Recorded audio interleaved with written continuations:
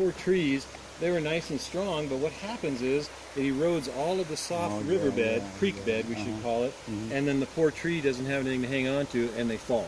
And because we are a educational park, environmental education park, and a animal preserve, we leave everything pretty much how it is unless it is dangerous and falls across a trail. The bridges, they're made in pieces, and I know this because I've helped do it.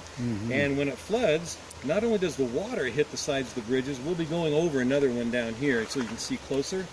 And it takes the pieces of bridges away. They turn into little rafts for a while, and then they get stuck somewhere down the creek, usually out of our state property, so we can't legally go and pick them up. And then even if you did, do you want to bring big soggy pieces of bridge and try to get them all back here? It's just not worth it. So we build them fresh and new every season, and that happens at least once a year, sometimes twice. And the other thing is debris. When the settlers first came, and these are modern settlers, homesteaders that came here to live on this creek. Homesteading means they got the land for free. These would be people from the Midwest, other parts of the country, and they said, hey, if you go to Arizona and can farm there for 10 years and make your property work, you can keep the property for free. 10 years. People came out here without even knowing what was here.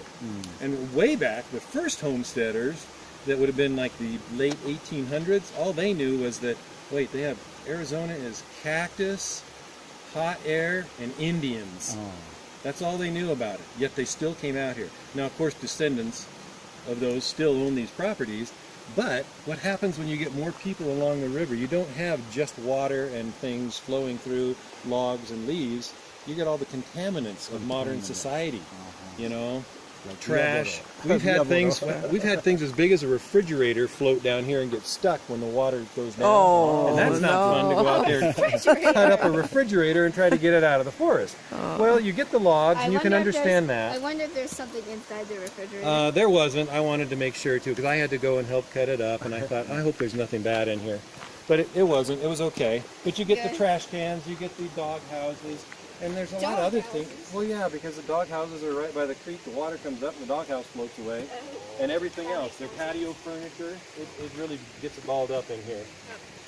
So the other part is chemical things go in there that aren't really good. And as I've been told, any place that a creek is running that has never been anywhere near livestock, don't drink the water because they don't care. They're very hard food. And that's the truth.